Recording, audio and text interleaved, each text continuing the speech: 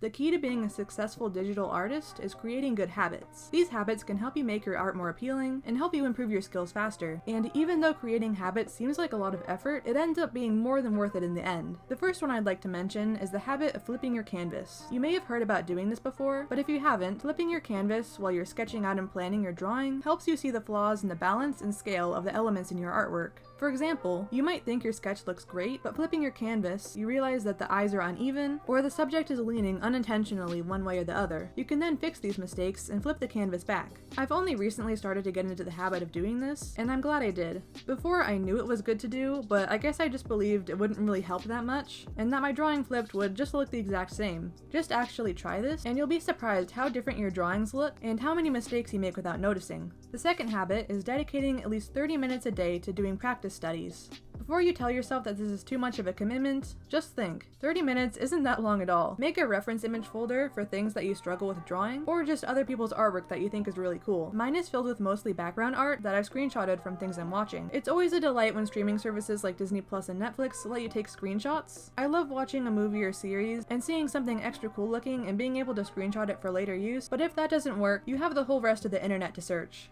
In this practice time, do rough digital paintings by referencing these screenshots. They don't need to be perfect, just quick, messy versions of the original images. This will teach you a lot about how the original was made and is overall just a really great way to learn. You aren't going to be sharing your resulting artwork with the world, so there's no pressure to make it perfect. In order to actually make these habits, I suggest writing down reminders for yourself to do these things in a place you will see it. I'm sure you'll find both of these things worthwhile, so just give it a shot.